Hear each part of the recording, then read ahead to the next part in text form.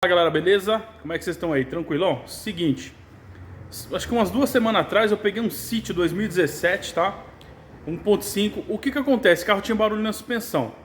Você andava em rua irregular, fazia blá blá blá blá blá, em buraquinho, né? Mas umas pancadas tão fortes, parecia que vinha da caixa de direção. E a suspensão do carro tinha sido feita recentemente.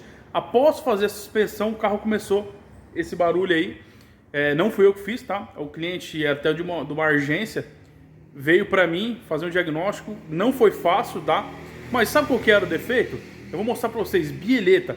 Eu tô com um carro aqui pra ilustrar, tá? O problema desse carro é outra coisa. Mas a bieleta nova, ela tá muito dura, tá? Ela tá muito dura mesmo. Então assim, troquei a bieleta, acabou o problema. Mas até chegar ali, meu amigo, até chegar, você vê a suspensão do carro, amortecedor, bandeja, fizeram tudo, fizeram a suspensão do carro inteiro, puxa da barra. Então eu comecei a analisar, desmontei aqui, desmontei ali. Na hora que eu fui ver a bieleta, falei, essa bieleta tá travada. E a bieleta travada.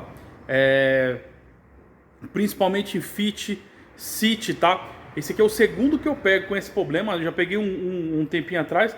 Então assim, bieleta nova. A gente tá falando de uma peça zero com problema. E esse carro aqui também, além disso daqui, né? Isso aí já parte para outra coisa. Ele tá vazando óleo e condenaram o câmbio. Falaram que tinha que tirar o câmbio do carro. E o cliente quase fez o trampo, né? Aí ele resolveu trazer pra gente. Galera, é só o retentor retentor da bomba de óleo aqui na frente que eu vou mostrar pra vocês. Cara, a galera tá desonesta hoje em dia, viu? Vou virar ali, ó. O City é igualzinho a esse, tá? A bieleta, eu deixei a tela aqui, ó, tá? Essa foi a bieleta que foi trocada, que era nova.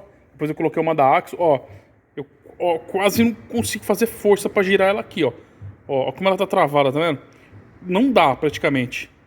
Esse aqui vai, ó. E é nova, quer ver, ó? Ó, esse eu consigo girar. O outro não vai, você entendeu? Ela fica aqui, ó, a bieleta igualzinho isso aqui.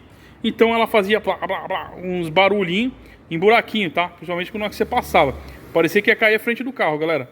E é só a bieleta travada, tá vendo? Fica esperto aí se entrar pra vocês, ok? E ó aqui o vazamento onde tá, ó.